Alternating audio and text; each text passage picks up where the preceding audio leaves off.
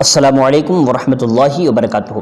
میرے پیارے اور عزیز دوستو، آج کا ویڈیو جو میں آپ کے سامنے پیش کر رہا ہوں یقیناً یہ بہت ہی زیادہ اہمیت کا حامل ہے، کیونکہ مجھے بہت سارے لوگوں نے کہا کہ آپ ہمیں یہ بتائیں کہ جو حدیث ٹڈیوں کے تعلق سے پھیلائی جا رہی ہے کہ یہ صحیح ہے یا غلط ہے۔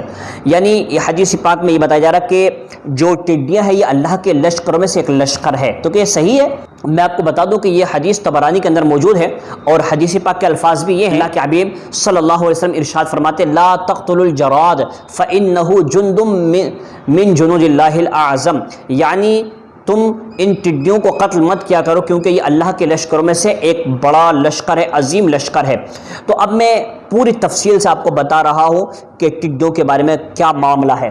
دیکھیے، ٹڈی اس عربی میں الجراد اور انگلش میں لوکسٹ کہتے ہیں۔ اس کی دو قسم ہوتی ہیں، ایک تو دریائی اور دوسری صحرائی۔ اللہ رب العزت قرآن مجید میں ارشاد فرماتا ہے خش عن ابصارهم یخرجون من الاجداث کانہم جراد منتشر۔ اللہ فرماتا ہے یعنی قیامت کے دن جب انسان اپنی اپنی قبروں سے باہر آئیں گے اور زمین پر پھیلیں گے تو یوں لگے گا جیسے کہ ٹڈیوں کا لشکر ہے۔ یہ سورہ قمر آیت نمبر 7 کے اندر آپ جا کر دیکھ سکتے ہیں۔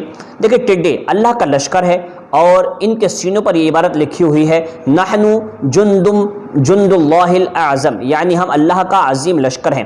ایک مرتبہ ایک ٹڈی حضور صلی اللہ علیہ وسلم کی بارگاہ میں حاضر ہوئی اور کہتی ہے کہ ہم 99 انڈے دیتے ہیں، اگر 100 ہو جائیں تو پوری دنیا کو کھا جائیں۔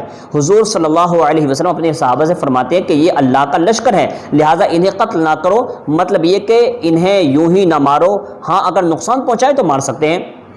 ٹڈی مولا علی رضی اللہ تعالی عنہ سے مروی ہے کہ حضور صلی اللہ علیہ وسلم ارشاد فرماتے کہ اللہ جب کسی قوم کو آزمائش میں مبتلا کرنا چاہتا ہے تو ٹڈیوں کو بھیج دیتا ہے۔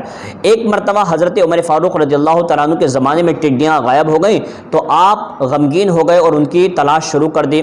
بالآخر انہیں کہیں سے ڈھونڈ لایا گیا تو آپ کو سکون ملا۔ لوگوں نے جب ماجرا پوچھا تو فرمایا کہ اللہ نے 1000 مخلوق کو پیدا فرمایا، جن میں سے 600 دریا میں اور 400 خشکی میں آباد ہیں، مگر جب بھی اللہ کسی مخلوق کو فنا کرنا چاہے گا تو پہلے ٹڈیوں کو فنا کرے گا پھر باقی مخلوق کو، اس لیے ان کے نہ ملنے پر میں غمگین ہو گیا کہ کہیں ان پر فنا کا حکم تو نہیں آ گیا۔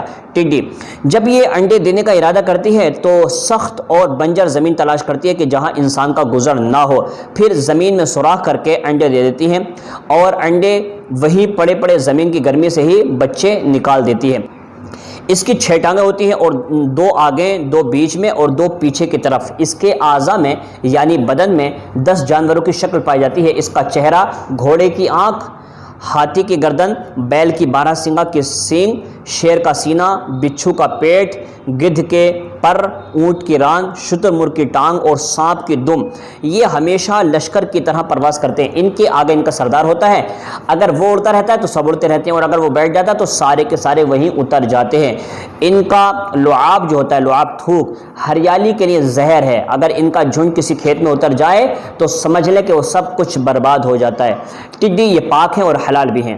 ٹڈی اس کے فائدے میں سے ہیں کہ فائدے یہ ہیں کہ اگر کسی کو رک رک کر پیشاب آتا ہو تو ٹڈی کو مار کر اس کی دھونی دینے سے، یعنی اس کی اگر جلا کر اس کو دھواں دیں گے نا تو اس سے مرض ٹھیک ہو جائے گا۔ اس کے علاوہ دیکھیے، اس کو خواب میں دیکھنے کی تعبیر یہ ہے، اگر کوئی خواب میں دیکھتا ہے کہ اس نے ٹڈی دیکھی ہے تو اگر چھوٹی ٹڈی کو دیکھا تو کسی شر پسند انسان سے ملاقات ہوگی، یعنی جو انسان شر پھیلاتا ہوگا، اور اگر کسی نے دیکھا کہ ٹڈیوں کی بارش ہو رہی ہے تو اس کے کسی نقصان کو فائدہ حاصل ہوگا۔ اگر یہ دیکھا کہ ٹڈیوں کو پکڑ کر کسی مٹکے میں محفوظ کرتا ہے تو اسے دولت ملے گی۔ یہ پوری جو میں نے تفصیل آپ کے سامنے پیش کی ہے یہ حیات الحیوان جلد 1 صفحہ نمبر 477 اور 485 کے درمیان یہ موجود ہے۔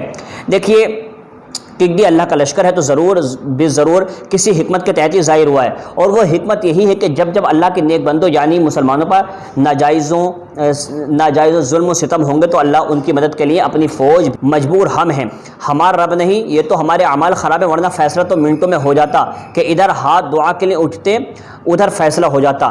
پر افسوس، صد افسوس کہ ہم نے اپنی قابلیت کھو دی اور ہم بھول گئے کہ ہم اپنی ہم مسلمان ہیں، وہی مسلمان جو 313 ہو کر بھی ہزاروں کافر سے بھیڑ گئے تھے، جو 72 ہو کر بھی 10,000 کے لشکر سے لوہا لے رہے تھے، ہمارے نعروں سے بڑے سے بڑا قلعہ بھی تھر تھرا کر گر جاتا تھا، اور جس طرف رخ کر دیتے تھے تو صحرا، دریا، جنگل، پہاڑ سب ہمارے قدموں میں گر جایا کرتے تھے۔ انسان کی تو کیا بات، تمام مخلوق مسلمانوں کی عظمت و شان پر داد و تحسین دیتی تھی۔ مولا تعالیٰ سے پھر میں دعا کروں گا، اللہ تو مسلمانوں کو طاقت، ہمت، شجاعت اور ان کو اپنی عظمت کو سمجھنے کی توفیق عطا فرما، اور پروردگار مسلمانوں کے حال زار پر رحم فرما۔ السلام علیکم ورحمۃ اللہ وبرکاتہ۔